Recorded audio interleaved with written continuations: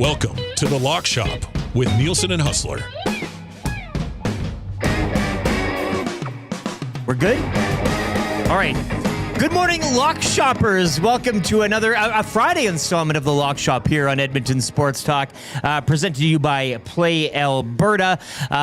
Yes, it's Lieutenant Eric making his second official Lock Shop appearance. I hope to do you well as the thank you very much studio audience here. It's very nice to hear all that. We will be joined later on in the show in the hour by Dustin Nielson. He is on the road covering the CFL. Of course, Hustler Andrew Paterson from WST will be popping by as he usually does. But yeah, it's great to be back on this program. I'm not if you know me, you know I'm not a D-gen better so much. Usually when I do put money on things, I don't turn out on the winning side of my bets. However, though, when I do bet a Popeyes chicken supper on most bets, I do come out on the winning side, which I'm still waiting for a bet to be paid on that front. But I'm sure we'll get to that as the hour rolls along. 780-218-9999 is the inbox number to text if you want me to talk about anything, and I mean anything. I know somebody in the nasty chat as well on YouTube. Duck Dad wants to talk Chelsea and Liverpool. You know what? I could go into a little Premier League, but if you twist my arm, but I'm sure there's a lot more pressing issues to discuss, and we'll kick off the YouTube Trev as well. I want to bring him in here briefly, but thank you as well for setting up the show and getting me centered. Yeah, I am in frame. Good. Hey, like it's all. Like that. Some people are like frozen. It's frozen. Yeah, well, I mean, there you go. So good. We're rolling here. It's fun. It's a fun Friday program. I promise you this won't be a regular thing as I am filling in today, but we will keep you going. News and notes, though, just from earlier this morning. Obviously, Chris Knobloch, the 3-year extension that was announced earlier on the Nielson show.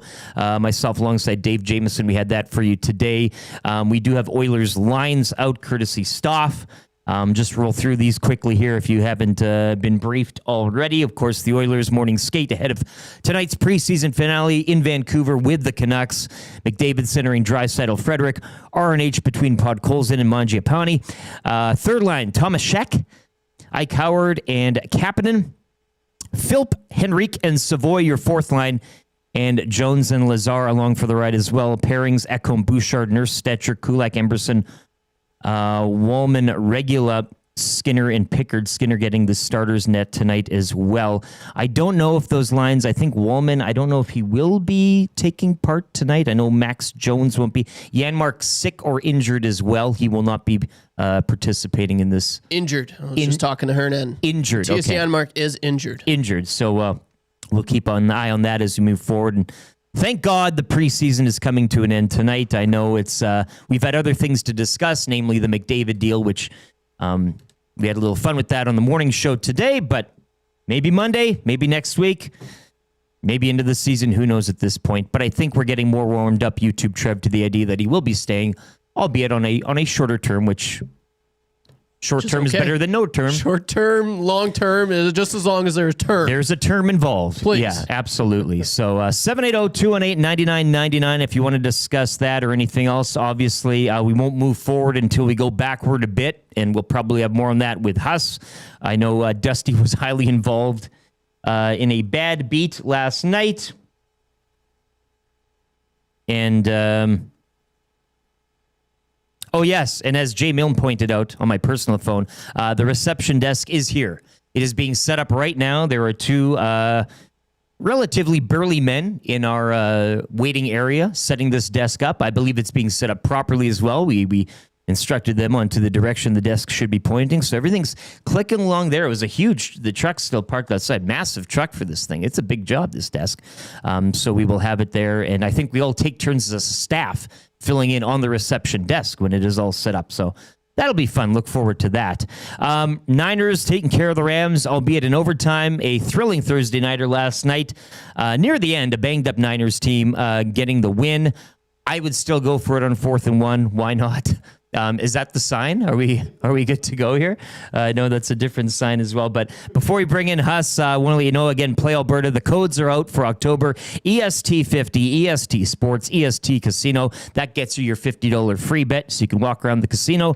Or hit up the website, playalberta.ca, or download the app for the variety, and I do mean variety of sports that you can kind of get in on, including the CFR, which they have the nice little rodeo and the quick links on the left-hand side with the Buck and Bronco. I think that's a nice little touch on the website there. But we'll get into the Week 5 slate.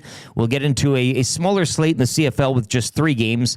Week 18 kicking off tonight between the Redblacks and the Riders. And YouTube Trev, a great job on the thumbnail with Trevor Harris front and center, and I wanted to kind of make sure that he was focused on as we bring in Andrew Paterson, Hustler, out of Winnipeg Sports Talk. Huss, how you doing, man? Good to see you.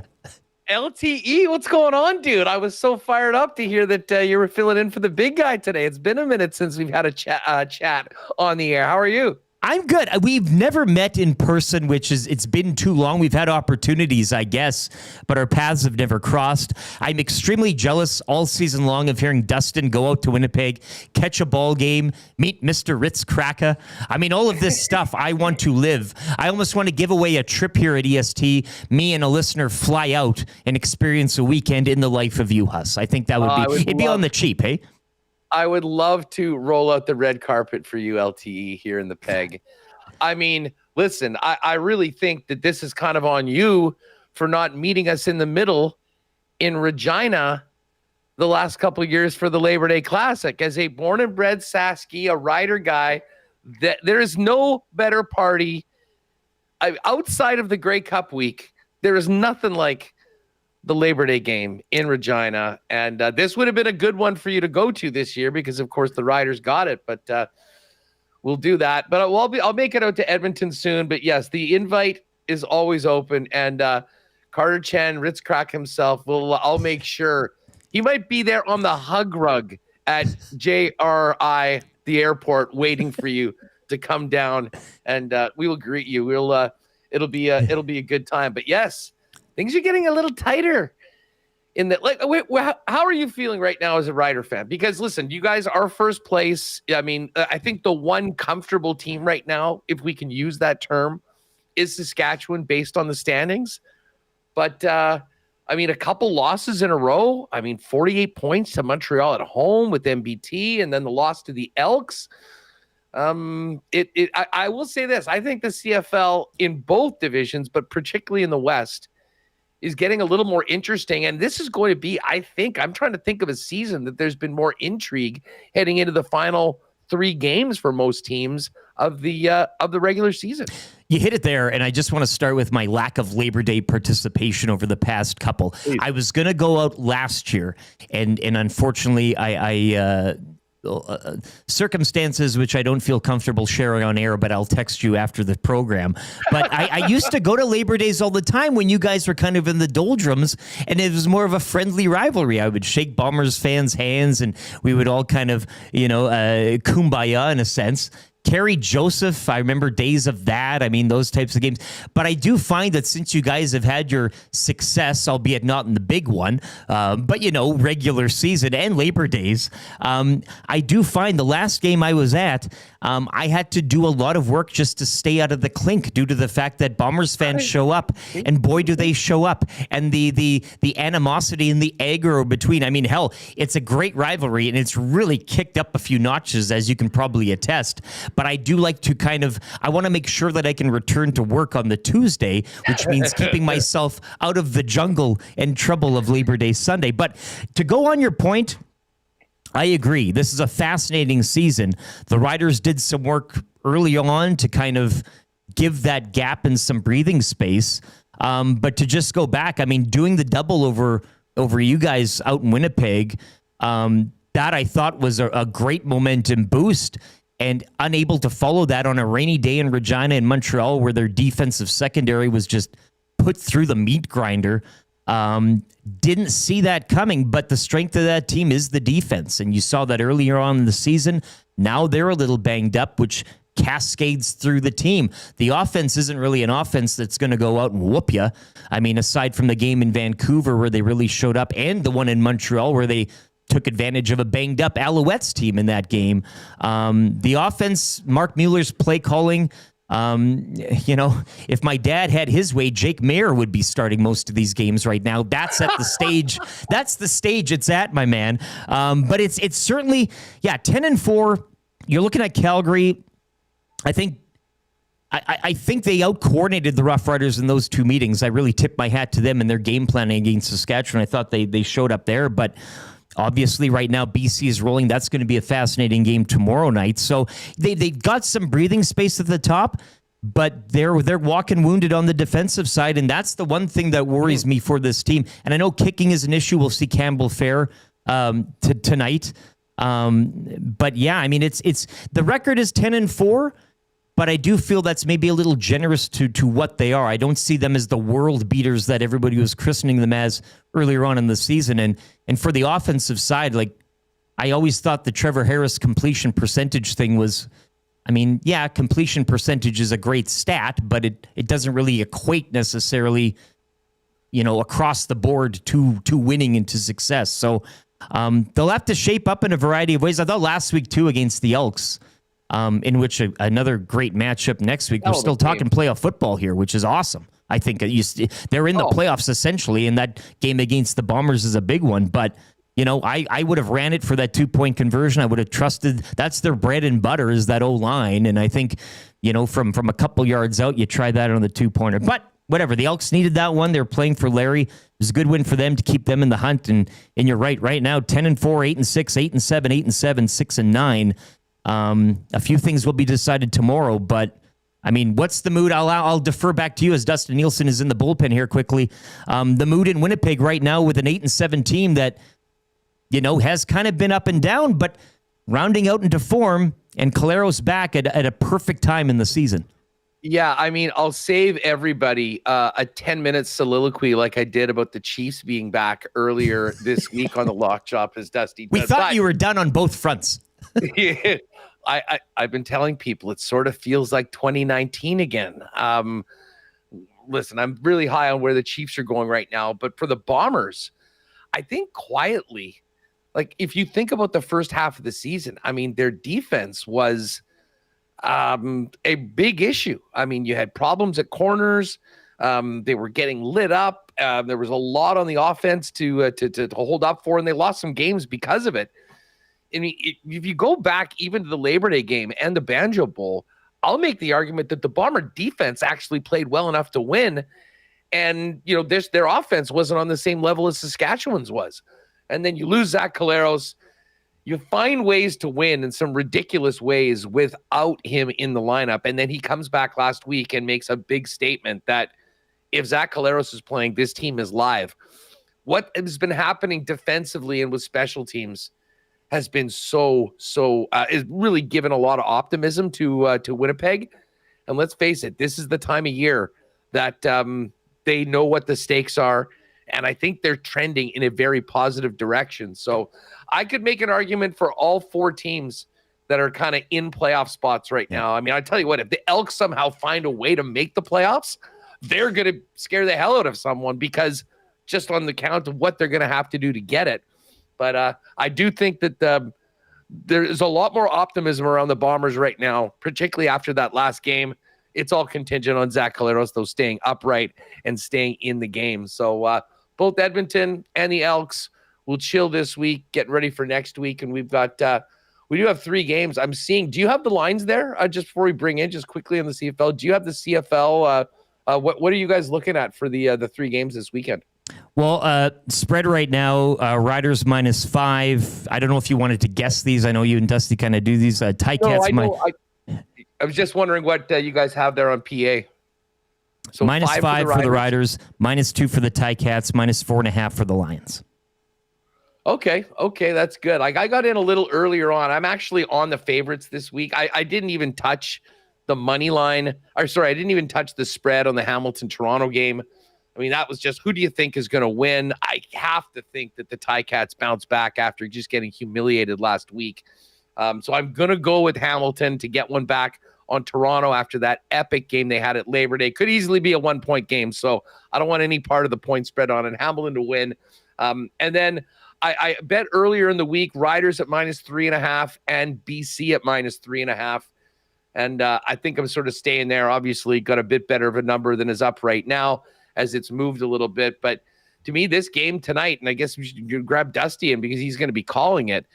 I think an important game for Saskatchewan to sort of just get back and remind everybody why they are the number one team and why the road to the West will likely go through Mosaic Stadium in Regina.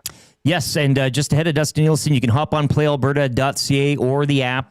Click on the EST specials, the early bird bet, Moneyline Parlay, Riders Moneyline, and Lions Moneyline. That's boosted plus 136. So let's bring in the man right now who was sweating heavily last night.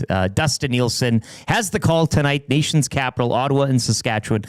Dusty, what's going on? How are you doing this morning? He's quiet. Very quiet. Can't hear him. He's speechless, as it were. Did he mute him? Could this be a mute himself, or is it a sabotage job from Trev? Trev's frantically working behind the scenes here. We'll get Dusty back. But once again, Moneyline tonight, EST specials, Riders and Lions tomorrow, plus 136. Get on that puppy. We were debating on the show. He usually tells us what call he has, and I know he wasn't going to be in Vancouver, so we were debating whether it's tonight or tomorrow. So I guess, as you rightfully said, Huss, it is tonight. He is back. Dustin, can you blink twice or move your... No. Oh, my God. He's going to have to sign this all. He's going to have to give us... Can you mime NFL one word? picks? One word, okay. Yeah, well, hey. I guess while we wait for Dusty...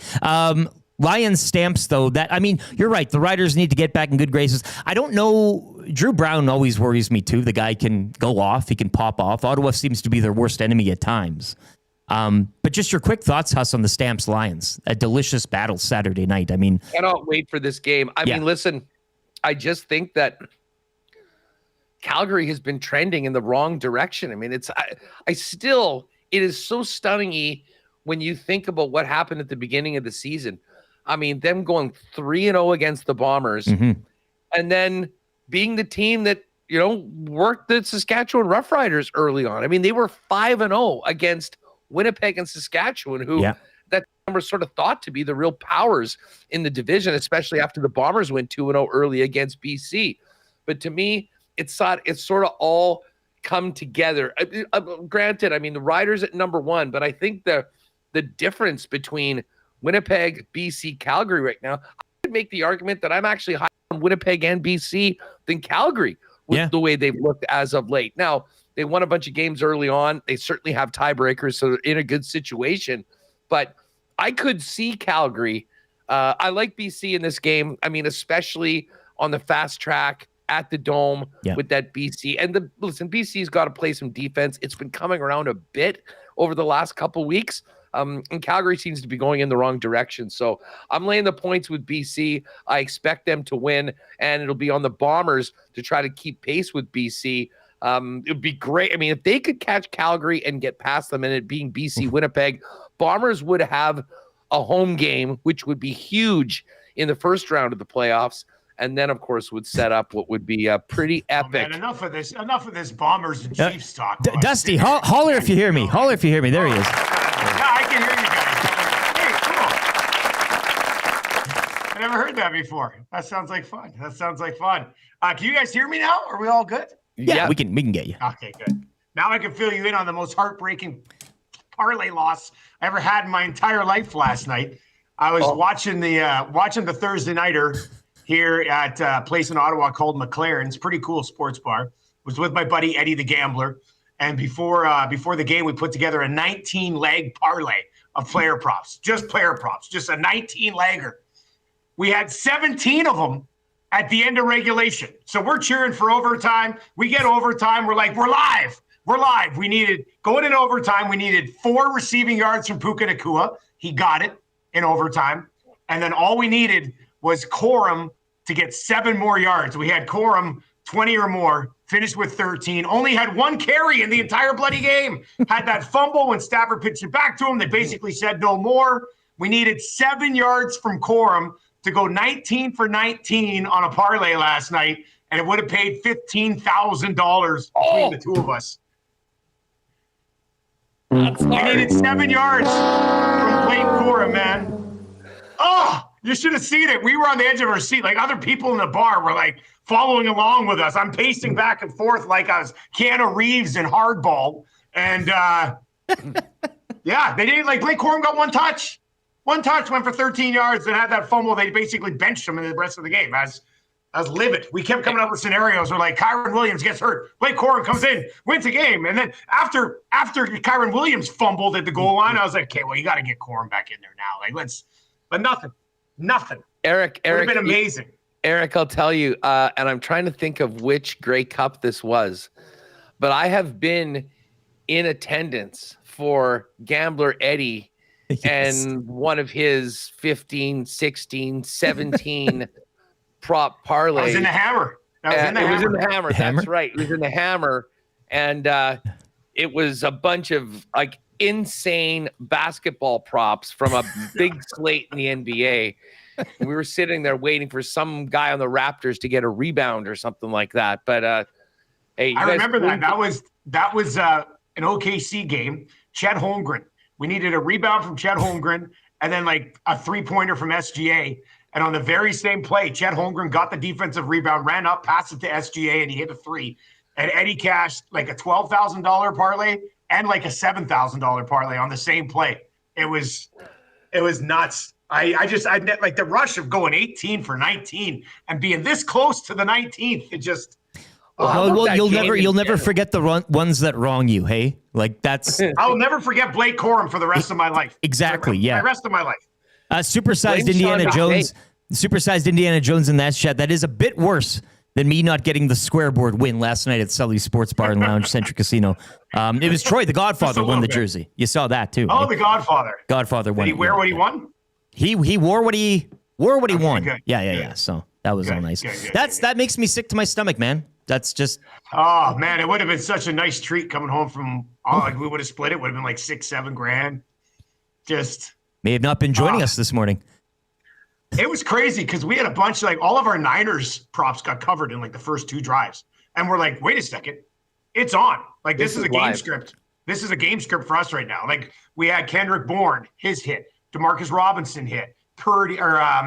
Jones hit. McCaffrey eventually got it done as well. And then we're like, this is scripting out to be perfect because Stafford's going to have to throw it in the second half. And, yeah, man. That hurt. Whatever. Let's move along. Refresh. The Rams now 3-2. I mean, losing at home in the division to half of the San Francisco 49ers. I know. You know, they'd already blown that 19-point lead in Philly and lost on the blocked field goal. And they had 2 field goals blocked in the second half of that game. Like, this team should be 5-0. And they have only themselves to blame for that. And that could be. And listen, I got to give Kyle Shanahan credit. He found a way to get a win in a spot that nobody thought that they had a chance. That's a survivor pool killer too. A lot of people said, oh, I'm just going to jump on the Rams right here, right out the gate, get that pick in. It was done. But maybe we should have had a little bit more an inkling that Mac Jones was maybe going to go off. Did you guys see him rolling into the game last night? He was dressed like he was about to be picked in the first round of the 2002 NBA draft. I mean, that suit was. I saw he commented on the suit after the game to us. He said, yeah, I was coming to work. I wear a suit. I was like, all right, man, good for you. Good. How about this for a bad beat too? I picked up Kendrick Bourne in the Spite League yesterday afternoon, left him on the bench. Ooh. Yeah, I mean, I thought, maybe stash him, see how he does. Not the end of the world, but it would have been nice to have him in the lineup. I mean, Patriots and Chiefs cast-offs basically getting it done. You got Mac Jones, Bourne, MVS, Sky Moore. Yeah. I mean, all these guys that didn't have jobs a while ago that, went in and beat one of the best teams in the NFL on the road in a massive high-leverage game. Kind of a home game, too. We should not argue that. I mean, with the sea of red down there, eh? Yeah. No, it was funny when MVS had that one catch because we were so hot and horny for Robinson and Bourne catches. He hit it. I was full-blown Ace Ventura when he saw Ray Finkel in that team photo. Who the hell is that? Who the hell is that? And then they showed all this Scantling. I was like, I didn't even know he was still in the league. Here he is out here catching balls from Mac Jones. So, Entertaining football game, though. I mean, Yep. we were right on the edge the entire night, but entertaining football game. Anyway, I got some picks for you guys, and then I'll let you continue. What are you on here. the CFL? Just before we get to NFL, you got any CFL leans for the weekend? I'm basically on the two favorites, and I'm taking Hamilton on the money line on what's basically a pick 'em. Yeah, I think I'm with you on the two favorites, but I might go Argos.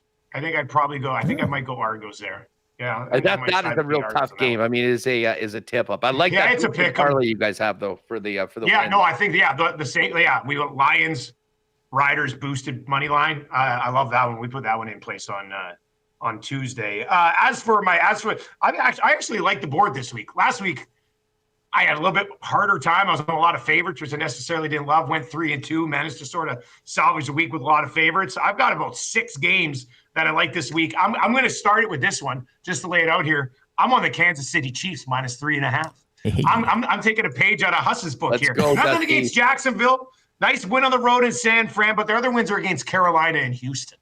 All right, Kansas City's offense got going last week. The Jags have a better defense than the Rams, but I still think this is a really nice spot for the Kansas City Chiefs. And I know you're taking the 3.5 on this one, but I like the Kansas City Chiefs at 3.5. I'm going to go with the New York Giants as dogs on the road against the Saints. I don't care who you are. You should not be an underdog against the Saints ever. So, and I know the Saints, what did Tenier describe them as earlier in the week? Pesky, hanging around a little bit. Yeah. But give me Jackson Dart with a game under his belt and a better defense than what the Saints are rolling out. The Saints are only pesky in Buffalo, though. That's traditionally they played the Bills hard there on the road, but goes without saying. I might get to that game too. Huss, any thoughts on the Chiefs and Giants so far? I love the Chiefs. I've got them on my card. I mean, listen, you'd love it to be 3 as opposed to 3.5. Yeah. But I mean, like in Jacksonville, credit to them, and they got that win against San Francisco last week. They have been turning the football over a lot, and I'm not sure that changes against it. To be honest, just what we saw from Kansas City last week in a massive game against Baltimore, even before they lost all those guys, Mahomes was rolling in. And another week back with Xavier Worthy. I think that listen, I'm thinking that they have a bit of a statement game, a reminder to everybody that they are still kicking and they're on the rise. So I like that one, and I'm with you on the Giants as well. I didn't have it in. Well, it's actually funny. I did 4. I'll use that as my 5th pick. We can roll that in. I'm really high on the Giants. I mean, it's more of the defense, and you kind of brought it up. I mean, now that Abdul Carter's getting there, I mean, Burns is leading the league in sacks right now. I just don't really know how the Saints offense handles a defense that is going to get to the quarterback and really pressure Spencer Rattler. I think that'll be good. And if you're looking for a touchdown prop this week, definitely love Cam Scadaboo to get in at -123. He'll get to the house, I think. I like O'Marion Hampton as a touchdown prop this week as well, so we could probably throw those in there. The other two now, I've got 6 games here. I'm already on the Chiefs, already on the Giants. I'm going back to the Lions, a double-digit spread. They got it taken care of for me last week. The Cincinnati Bengals, do you hear this number about the Bengals? I saw this a couple days ago. The Bengals' last 2 games, they're the first team in the history of the Super Bowl era to lose back-to-back games by 25 points, have under 200 total yards of offense, under 60 rushing yards, and being outrushed by 100+ yards. And you know what the Detroit Lions are going to do to these guys? Like, the Lions are going to hang 35 on the Bengals, and I'm not sure the Bengals can score 20. So I went with the Lions last week. They covered for me. I'm going to go back with the Lions again. Their offense has been absolutely outstanding. And then another big number, but I'm going to get in the other side of it with the dog, and I'm going to take the New England Patriots +8 against the Buffalo Bills. Buffalo Bills obviously off to a great start for the year. Rick, I'm not saying they're going to beat them. But, I mean, this is a Bills team that the Dolphins covered on. The Saints hung around somehow last week. And the New England Patriots, I think, are significantly better than both of those teams. So I'll take the Patriots at 8 for sure. The Bills have played with their foot a bit against opposition, which you would argue, aside from the Ravens game. But, I mean, you got the Jets, the Dolphins, and the Saints, and they kind of made it a little more difficult than those needed to be, probably. But yeah, their opponent so I like 2-14 on the season. Yeah, you laid that out earlier when you're making that case for the Chiefs earlier in the week as opposed to the Bills. Patriots +8, Lions -10, Giants +2, Chiefs -3. That's 4. I'm going to throw in a 5th one because I've got 2 here that I'm sort of tossing about right now. I'm going to go Denver. I'm going to go Denver plus 3.5 against Philly. Now, Philly the last couple of weeks have covered 3.5 point spreads, but they had to get it done a bit sketchy both weeks. So I think the Denver defense is going to cause enough issues that Jalen Hurts, who can't really throw the ball anyway, probably not going to throw any more than they have so far.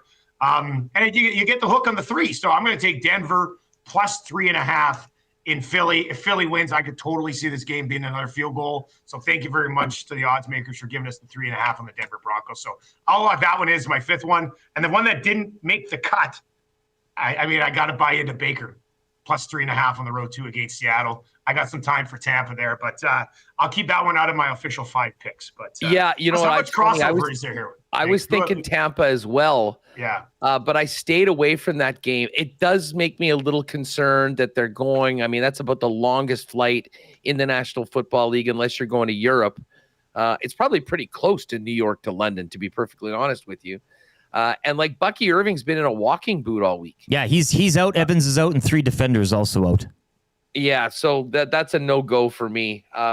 We'll see. But Dusty, this has not happened all year.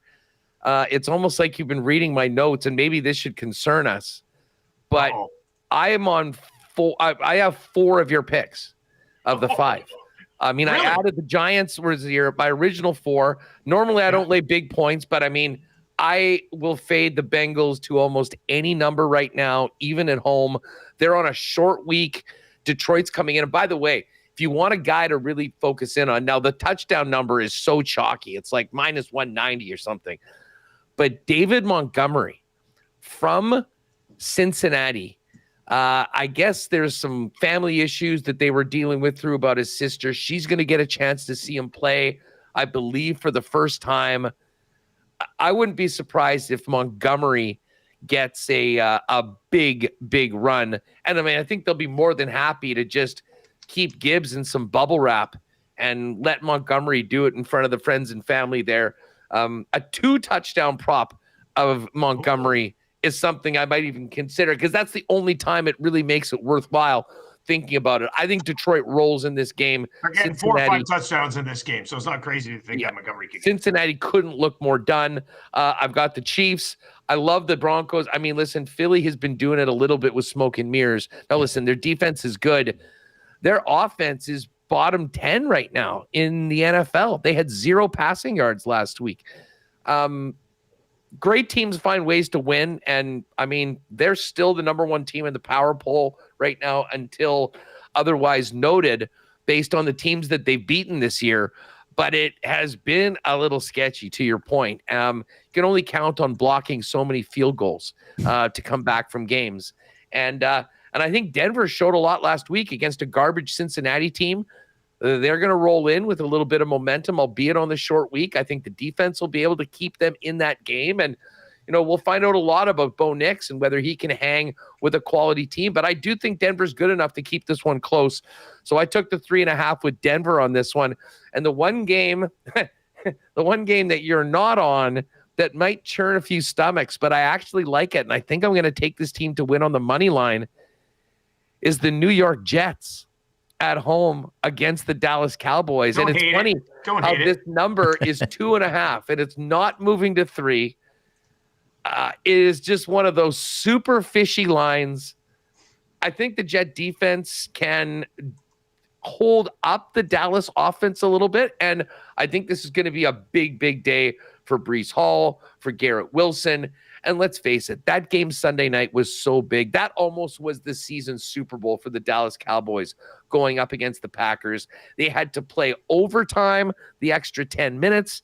This is a classic letdown spot for Dallas. And again, they don't have CeeDee Lamb. They don't have a great running game. So I think the Jets can actually win this game. So I'm going to take the +2 on that one. But, I mean, Dusty, do we want to go Chiefs, Giants, Lions, or something like that? I'd say that the Broncos one of all of those picks, like if you were asking me to which ones I feel the best about, I think I'd probably put the Denver one down. Out a few covers here, like over the last little while. I could see a heartbreaker again. I love it. Detroit -10, Giants +2, and the Chiefs -3.5. We can move. Yeah, I mean, or even if we take Detroit to -9.5. Yeah. I mean, do we want to just play? Or I guess Giants plus 1.5. I was going to say if we wanted to get the number up a bit, we could just play money line. I'm okay taking Giants money line, buddy. 100%. Well, if that's the case, because we'll take off. We got to get the half point in the Detroit game. Yeah. So if we do Detroit 9.5, Giants money line, and Chiefs minus 3.5, I think that's a nice little 3-gamer of games that we have agreed on. Okay, I'll send that in. And before I leave, I said O'Mary and Hampton. Huss, you said Scatterbo. Yeah. And Rick, let's throw in a touchdown score here. Rick, give me something. You know what? Give us one of the Bills. Who? Josh Allen? Yeah, Josh Allen. I think that's a safe. Josh Allen. Give me Josh. All right. Okay, that's what we'll do then. I'll send that over too. Where are you getting these sound effects from? Well, I'm sitting in your seat, so I got the little board here. I didn't know those were on that board. I didn't start using those all the time. I didn't know that. Very comical. Adds a carnival atmosphere to the show. Right. Yeah. All right. I will send those parlays off. They'll be available on the ESG specials page. You guys enjoy the CFL action this weekend, and I'll see everybody on Monday. Have a good call. Just quickly, you have just the game tonight, or do you have another game? No, just a game tonight. I board. Get this, my flight boards at 5:20 in the morning tomorrow. 5:20. Like, is this by design? This is by design. Yeah, like my kids have 3 sporting events tomorrow, so I'm going to be back in Edmonton by like 11:30, so I won't miss anything. But that's insane. Like flights should not board at 5:20. That's as early. That's literally as early as you can get out of Ottawa tomorrow morning. I might not even sleep tonight. I might just end up sleeping on the guy with no kids is going to point out it's a long season. There's a million practices. I mean, you might want to take the 11:30 flight, but that's what parenting is about. Thank you, Huss. Thank you for justifying my plan to be a great parent. But I'll tell you, if I didn't have kids, I'd be out until 2:30 or 3 o'clock tonight in Ottawa. I'll be flying home at 4 p.m. So that's okay. I'll make her home. Thanks for filling in, Rick.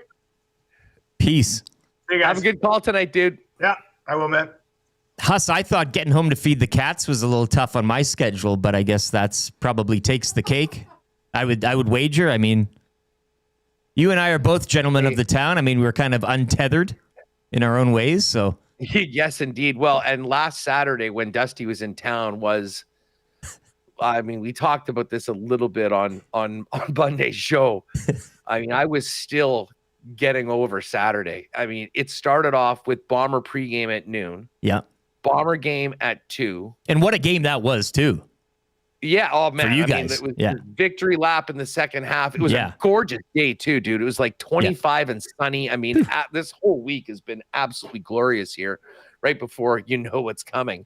But hit a bar after the game for a bit, then took an Uber from the bar to the Jet game, did the Jet game for the second and third period, then met Dusty for multiple libations at the hotel. And to be honest, like it got away from me so much that when I was putting the pieces together on Sunday, completely forgot that I actually went to the King's Head after Dusty went to bed. And Dusty said, yeah, I thought it was kind of early, but it was 12:30 that I got up to my room.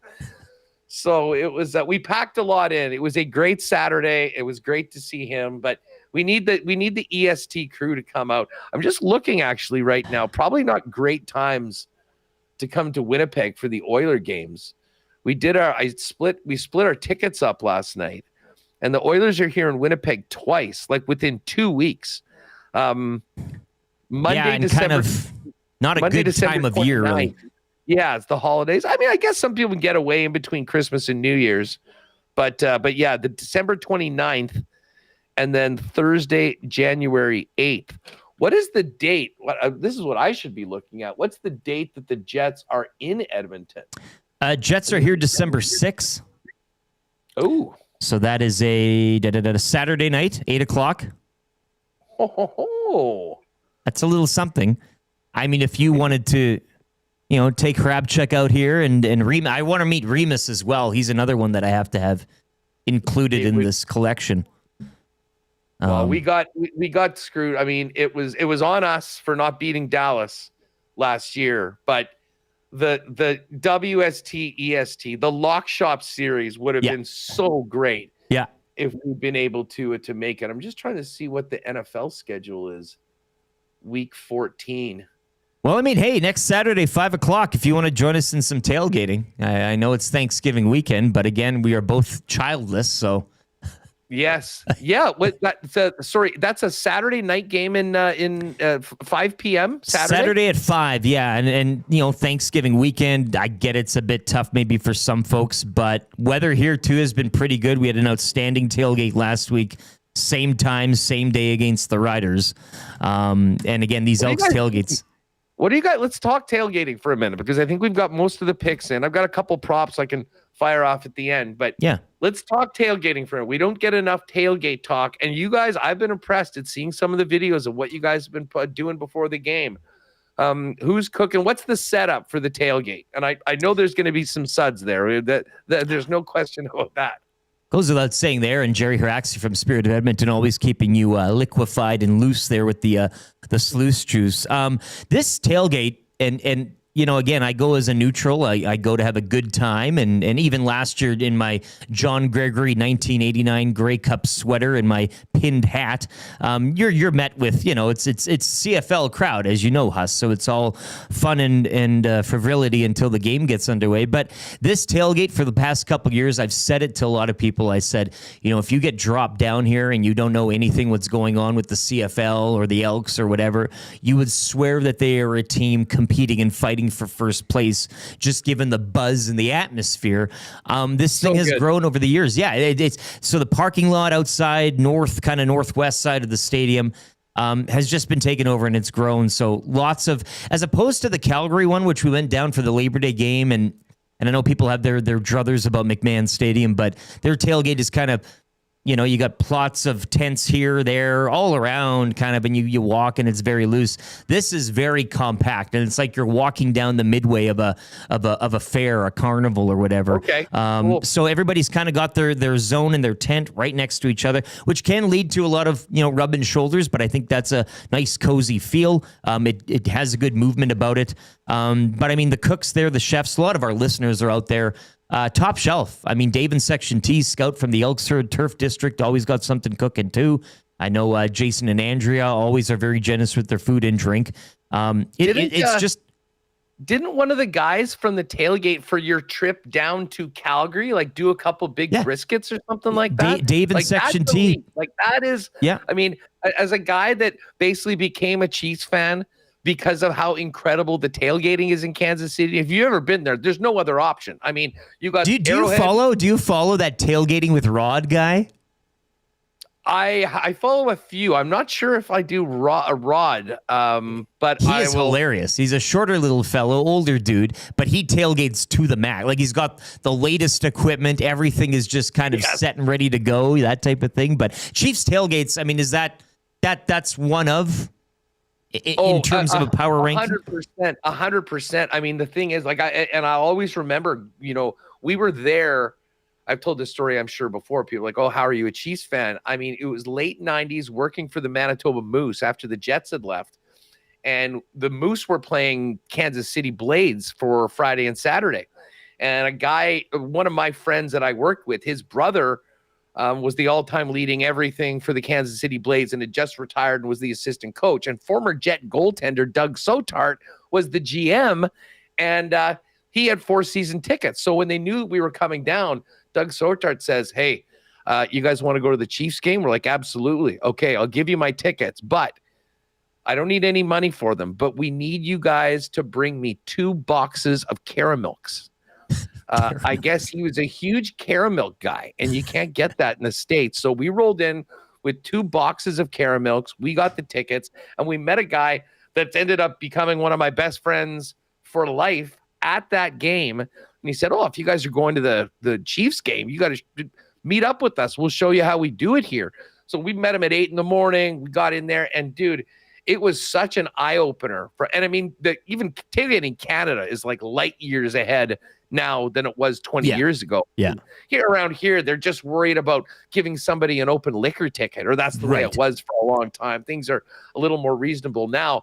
But we went there, and man, it's like 10 o'clock, 2 hours before the game. You're right outside the stadium, and you can barely see it because there is so much grill smoke coming up from everywhere around you. And as I say, there's no other options. There's no bars. There's no restaurants. Yeah. It is acres and acres and acres of parking. And it's sort of created that tailgate culture, which combined with their love of barbecue makes it, I mean, to me, the NFL tailgate destination, although Green Bay's good. There's some other places as well. So, but it's great to see that building in CFL circles. And I truly believe that the success the Bombers have had, like in the stands, is listen, obviously the team's done well for the last number of years. They've been competitive and they've, built their season ticket base and all that. But it's the tailgating beforehand. It is the area where people can go and really party during the game that has made it sort of the place to be and made it so fun. And, if they can get that going in some of these other markets, I mean, that's where we're at. You know what? Hey, I have not spoken with you since last week. Where did you come out on the big announcements as an old school CFL guy? Were you outraged? Were you sort of whatever? Do you see positives in it? What do you think? You go through the stages, I guess, and Dusty alluded to us that there would be changes on the horizon the Sunday or whatever. Didn't go into specifics. So immediately when somebody, it's the old thing like, hey, I have something to tell you. And human nature, you immediately go like straight to the bottom of the barrel negative, like, oh my God, we have to have a talk. Well, it's got to be something bad. So I'm immediately like having 4 down nightmares, waking up, Sunday night leading into Monday morning and thinking, my God, my beautiful league and game is going to be bastardized into something that I don't even want. But having said that, and then, okay, so we get to Monday morning, things are announced, things are said. I thought Stuart Johnston did a good job of, if you can make changes for change's sake, but you can also make changes and then showcase how you got to this point and what led you there and the drivers that assisted in that. So I think he did a good job in doing that. And I do think, too, the changes, and specifically the ones when it comes to field size and goalposts. I mean, if you're moving the goalposts back, you then can't keep the same field. I mean, you have to do something there, and then the end zone. So it all kind of works in lockstep with each other. So I do understand them. Would I have done them if I was commish? Probably not. I don't think it equates to more eyes on. I mean, let's be honest. I think you'd probably agree. The CFL game is much more exciting in its essence than the NFL game. The NFL, the production quality in the States could make a marble tournament, and no offense to your marble racing, but that could make that it could make that into the sporting event of the, they can put lipstick on a lot of things. So having said that, I don't think there's anything really terribly wrong with the CFL game. But I do understand the changes. And look, we talked this morning, Jay, like sports, every league, Major League Baseball, for crying out loud, the most traditional sport ever, have changed their game, much to the chagrin of old timers, but I think it's done a lot of benefit and good for it. 100%. So we'll see. I mean, it's and what's to come, I don't know. And again, everybody was trying to pry the 4 down question from him, and he in his avail, he kind of said, never say never, which was left me wanting a bit more. He came on our show the next day and said, that. I'm not even crossing my mind. So, but I mean, again, the Debbie Downer will always probably look to that and see this as like a foot in the door for that. But I mean, look, in our CFL season-long fantasy, which Dusty and I have been banging the drum about, if you want to get people involved in talking, I see it all the time at local watering holes and everything, people talking about their fantasy, this, that, and the other, but it's never CFL. So that would be a place to go, not so much changing the game, but we're looking at even adding maybe a punter for our rosters next year in the Dunya. Because why not? I mean, this might change in 2 years' time when those changes effectively kick in, pun intended. But it'll change. It's tough to go through the scenarios of strategy right now. We're all kind of kicking that around. And what if you have the ball in this yard line and what do you do there? We're going to have to kind of see it in motion, I guess. I don't know about conservative football coaches and the fact that they're going to go for it more. Maybe that's the idea and more scoring.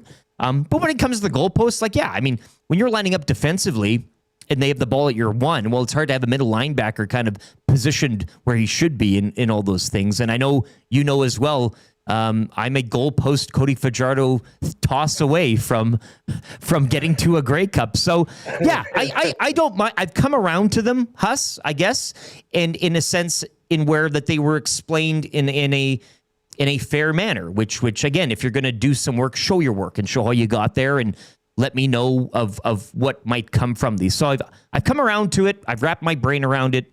But I got to know it, and I've studied up on it, and I'm kind of more cozy to it. But we have to kind of see it play out, I guess. 100%. I mean, the proof will be in the pudding. I think, listen, it would have been incredibly embarrassing for the Canadian Football League to have a championship game decided on a missed field goal or a punt through. I think that makes sense. Well, I do like that it's still there to encourage returns. Yes. From that, like I think they found a happy medium for that. I think the play clock act change is actually going to be a real positive as long as they make sure that they don't lose the integral part of the final 3 minutes. Yes. And yes. It's funny. Joe Pascucci was on yesterday talking about me with this, and he said, "I hope that they will figure this out." Whether it's like as soon as the play, I was thinking the play would end, the 35-second clock would start, but the game clock wouldn't start until the referee has the ball centered and the offense has the ability to snap it. Yeah. Pascucci said, last 3 minutes, 20-second clock that runs in what it is. And I think they'll find that happy medium. Put it this way, I'm with you. When I think of Canadian football, it's wide field, it's 12 players, it's a Canadian ratio, it's 3 downs.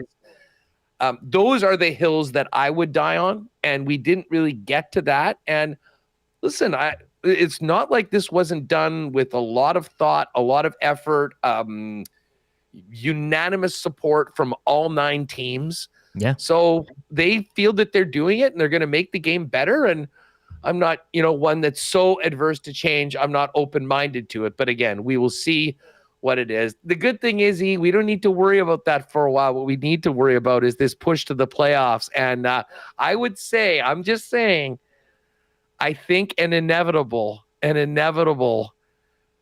another game between the Riders and the Bombers at some point with a lot on the line. With you guys hosting the Grey Cup too, it really adds some extra spice that, hypothetically speaking, if it is green and white v blue and gold in the West Final from Regina and the winner goes to, it's a hell of a narrative to market. Well, and listen, the Bombers have certainly had their ways with the Riders over the course of the last 5 or 6 years. It is not lost upon me how sweet it would be for the Rider Nation to end the Bombers season and then head east and take over that dressing room for the week for the party that they thought that they would be hosting. Right. It's just, it oozes narrative here. But again, need to clear up some business. And it begins, I guess, tonight in Ottawa, an appetizer of sorts. Nothing against Hamilton, Toronto. But you mentioned it earlier, that Stamps BC game is going to be one to watch tomorrow night in Vancouver. Yeah, that's the main event. That's the main event for me. And, let's just chart out the weekend. Jays tomorrow afternoon, and then Calgary, BC at night, and then a full Sunday NFL slate. Whoa! You're forgetting the Mariners. You're forgetting the Mariners Tigers tomorrow night as well. That's I guess that is in my household. Tomorrow. It's Tridents up, baby. Yeah, you and Remus, big Mariners guys. Oh well, another thing. I love it. Huge Ichiro dude, and he's been with the Mariners for a long time, so he's pulling for that. It'd be fun. I would love to see a Jays Mariners series. Well, quickly, who do you see? Who advances to the championship series then? AL, NL. First blush. Put it this way, I put something together earlier today. Jays, Mariners, Brewers. I didn't want to touch the Dodgers, Phillies. Yeah. It's so funny, and especially if you were looking at the lines, and I assume PA probably was similar to this. When the playoffs started, before the first pitch of the wild card round, the Phillies were the favorite at 4-1. And then the Dodgers played 2 games, waxed the hapless Reds. Yeah. Who were only there because the Mets are the biggest chokers ever. Thank you. Yeah. And then all of a sudden, the Phillies went from being the favorites for the World Series to underdogs with home field in the division series. Like, I can make an argument for either one of those teams, and that's why I didn't have a strong lean, so I just left it off. But I know before wildcard teams have had success continuing to play and moving on, I really like the home teams in this situation. I think the Mariners are clearly better than the Tigers. I think the Jays, despite being underdogs in their series, have what it takes to beat the Yankees. I think I preferred the Yankee matchup from a Jays perspective. Yeah, like, I didn't see Crochet a couple times. I mean, he's basically just mark up a win when he's on the mound. I don't see that guy for New York. And of course, the Jays have to get Vlad going. He's been in a coma for the last month. There is not a ballpark in the league that he flourishes more in than Yankee Stadium. So with the bright lights of the postseason on, it's time for Vlad to get going. They'll start it off at home. Jay's a great home team as well. So I like that. And that Cubs-Brewers series is fascinating to me. Huge, huge revenge mode for Milwaukee. People know the story of Craig Counsell. Long-time Milwaukee Brewer, Brewers manager, and then leaves under the cloak of night to become the manager of the arch rival Chicago Cubs. And they're going at it. So I'm definitely pulling for the Brew Crew. Another great, great spot to watch a game and tailgate, Milwaukee and Wisconsin. So, Jays, Mariners, and Brewers. Those are the three teams that I like to advance, and we'll see what happens. To me, that Dodgers-Phillies series is a coin flip. Dodgers right now plus 345 to win the World Series up at Play, Alberta. They are the top dog there. Any parting thoughts, Huss, before we let you go? WST. No. What's Dusty usually? What do we do here? Yeah, well, usually they say beat it. What's coming up on the show for us? We've got lots. We'll be talking about the Jets' final preseason game tonight in Calgary. So we'll touch on that. We'll have a little CFL talk. Jeff Hamilton will come on with us. What else do we have? Hacksaw, of course, our NFL notes. And I'll be dropping the first power poll, the first NFL power poll of the season, a new segment that we have. And if you tune in, I did not put the Chiefs in the power poll of the top 5. This will be the last week that they're not in it. We love the Chiefs, -3.5 on Monday night. LTE, buddy, great talking to you. And this is a lot of fun. Come on down to Winnipeg, as Willie Jefferson would say. Oh, God, I love you too. This was a pleasure. Andrew Hustler Paterson, Winnipeg Sports Talk, a regular here in the Lock Shop. I, however, am not, and I hope you enjoyed the cobbled together program we had for you today. Oil Stream's coming up next. Keep it locked here on Edmonton Sports Talk, iHeart, TuneIn Radio app, YouTube as well. Thanks for everybody listening and chiming in the chat. And up at the source, edmontonsportstalk.com. Are we done, Trevor?